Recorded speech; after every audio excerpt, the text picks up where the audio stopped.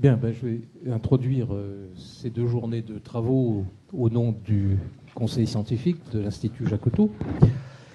En général, on finit par les remerciements. Je vais commencer par les remerciements, en les adressant pas seulement aux organisateurs, mais aux contributeurs de ces 2 journées. Rassembler une 40aine de contributeurs parmi les meilleurs dans le domaine, c'est un véritable petit exploit. Des chercheurs, des opérateurs de terrain, des décideurs politiques qui sont venus par intérêt pour le thème, probablement, pour soutenir aussi le lancement de l'Institut Jacotot, mais aussi, dans certains cas, par amitié, pour répondre présent par rapport à cette entreprise. Alors, quant aux nombreux participants qui sont dans la salle, c'est tout à fait remarquable, c'est réjouissant. Peut-être un certain nombre d'entre vous sont venus attirés par les charmes touristiques de la Bourgogne et de sa capitale, sous le soleil, mais plus probablement par un certain nombre des caractéristiques de cette manifestation. J'en noterai 3. D'abord, l'intérêt pour cette thématique et la façon de relier les 3 termes territoire, développement, formation. On sent bien que relier ces 3 thèmes, c'est important. Le fait aussi que la manifestation soit accompagnée de la sortie de 2 numéros de la revue Éducation permanente, revue à laquelle je ne saurais trop vous conseiller de vous abonner dès que vous serez retourné dans vos institutions respectives. C'est quand même assez rare qu'un colloque puisse être introduit par pas seulement 1, mais 2 numéros rassemblant des papiers de qualité sur la thématique, un peu comme si on avait publié les actes, au fond, en les anticipant. Mais je crois aussi que c'est parce que ce que nous vous proposons là, c'est pas seulement un colloque, au sens du colloque scientifique dans lequel chaque contributeur présente sa pensée et au jugement de la communauté de ses pairs, mais il s'agit bien d'une rencontre. Voilà, une rencontre pour s'approcher, se parler, échanger, confronter les réflexions des universitaires et les réflexions des praticiens. Praticiens, que ce soit des opérateurs ou que ce soit des responsables politiques.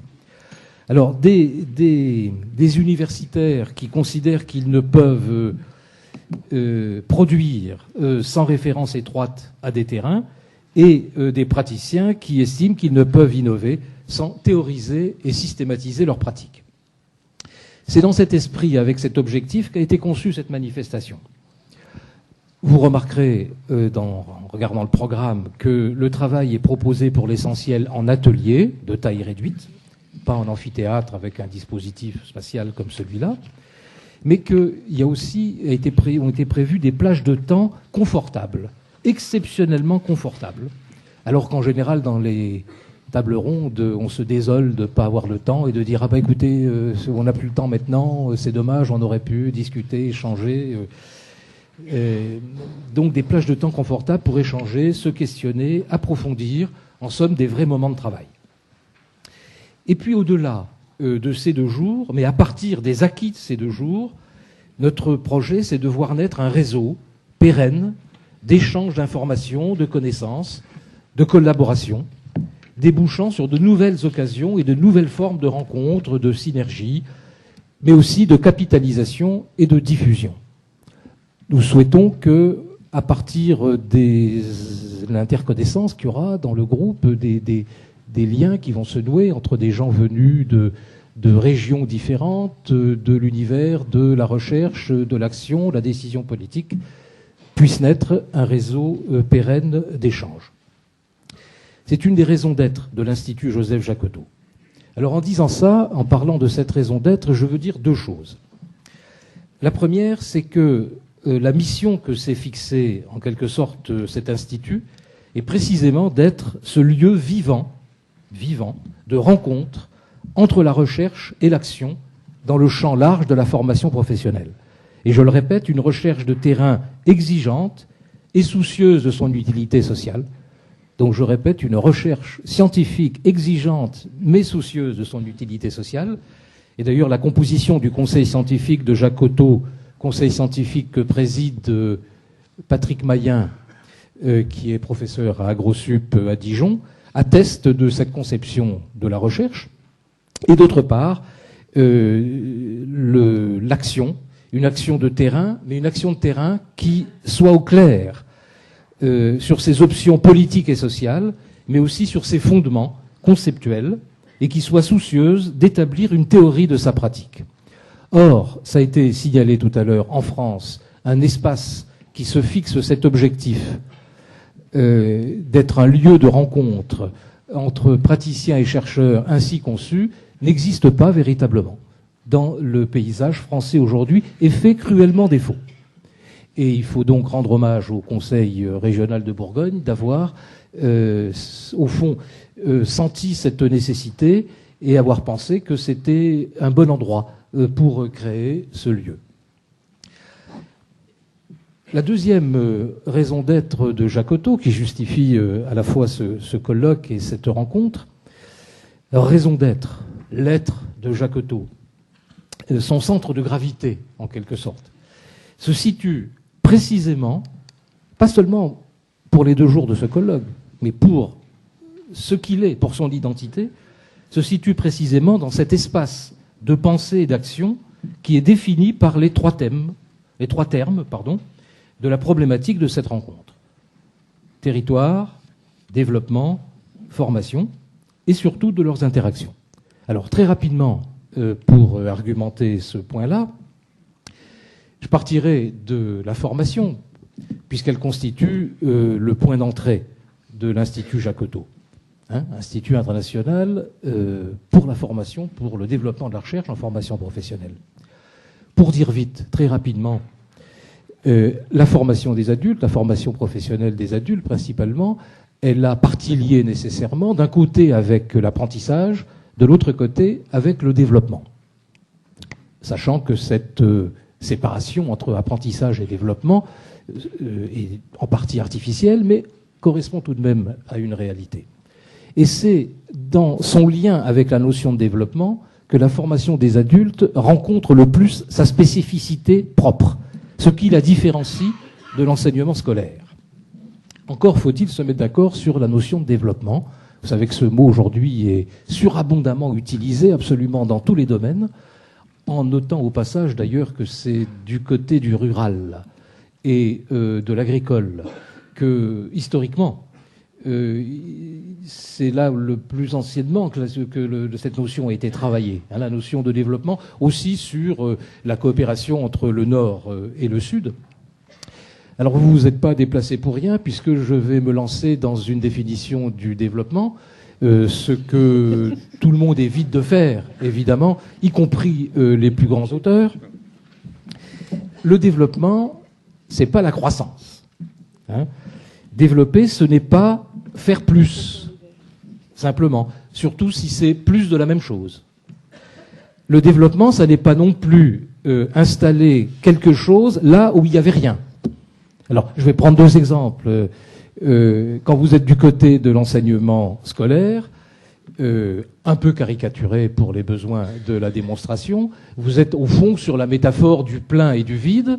D'un côté, il y a un enseignant qui est du côté du plein et puis qui transfère du côté des élèves réputés vides et il met quelque chose qui n'existait pas. Avec la formation des adultes, on n'est pas sur cette métaphore du plein et du vide.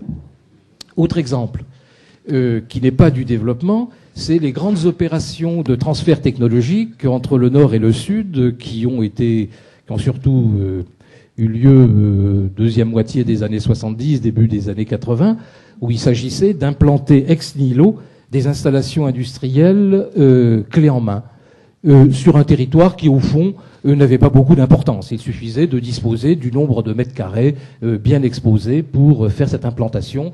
Et il y a une allusion qui a été faite à ça tout à l'heure. Ça n'est pas du développement. Développer, c'est permettre de faire autre chose à partir du déjà là, de l'existant, de ce qui a été acquis, accumulé dans la durée, par l'histoire.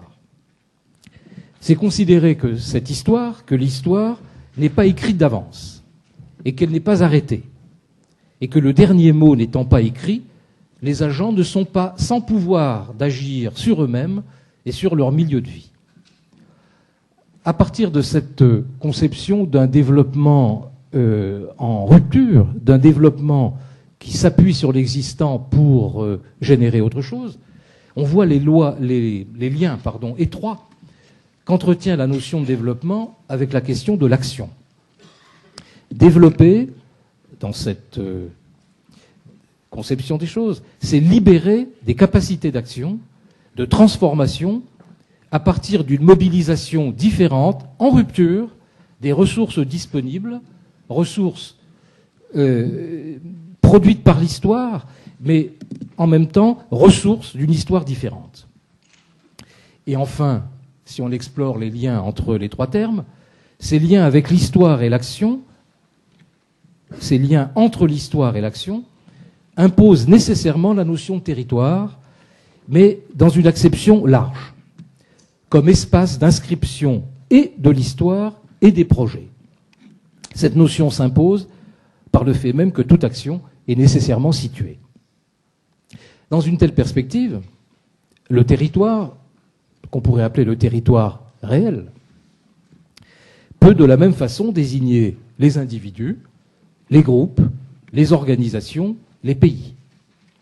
Espace des corps, de la terre, de la culture, des intelligences, mais aussi espace des contradictions, des conflits et des projets. Le territoire, dans cette conception, apparaît comme l'espace à connaître pour agir. Dans une telle dynamique, tendue conflictuellement entre l'épistémique, connaître, le politique, décider, et le praxique, agir, la formation, puisque la formation est tout de même le troisième terme qui nous occupe là, apparaît comme un instrument précieux, à certaines conditions, pour peu que les formateurs soient en mesure, ce qui suppose une évolution de leur professionnalisme et de leur positionnement, soient en mesure d'inscrire leur action propre avec celle d'autres acteurs, à la fois sur les trois dimensions que j'ai citées précédemment. Mais je rajouterai en conclusion, pour peu également qu'ils ne renoncent pas, ces formateurs, à la visée d'universalité qui donne sens à toute éducation digne de ce nom. Et notamment en se gardant de rabattre totalement la notion de territoire sur celle de local. En conclusion du petit éditorial que j'ai rédigé pour la première livraison d'éducation permanente sur le thème qui nous réunit aujourd'hui, écrit quelques lignes que je vais reprendre simplement là. J'écrivais en conclusion « La vigilance est de rigueur ». Bon, c'est une phrase à portée générale qui est vraie en toutes circonstances. La vigilance est de rigueur. Si on n'y prend pas garde, si on y prend garde, penser territoire peut entraîner un rétrécissement des perspectives et des ambitions, un repli sur un localisme des fonctionnements intellectuels et sociaux historiquement régressifs, un renoncement aux valeurs d'universalisme. L'expérience, comme les recherches en sociologie politique, ont montré abondamment que les revendications identitaires fortement référées à un territoire ne portaient guère au progrès et au développement de la liberté et de la démocratie. Dans une démocratie avancée, la source de la légitimité ne peut être réduite à l'appartenance ancienne à un territoire devenu terroir. Par rapport à de telles dérives, il faut souhaiter que la formation des adultes puisse rester porteuse de l'idéal de réparation, d'égalité des chances, de progrès, qui en France a présidé à sa naissance et à son développement. En ce qui me concerne, ce point me paraît tout à fait important. Je me réjouis, comme mes collègues à cette table, par avance de ce que ces 2 journées nous apporteront aux uns et aux autres pour enrichir notre action quotidienne. Bon colloque.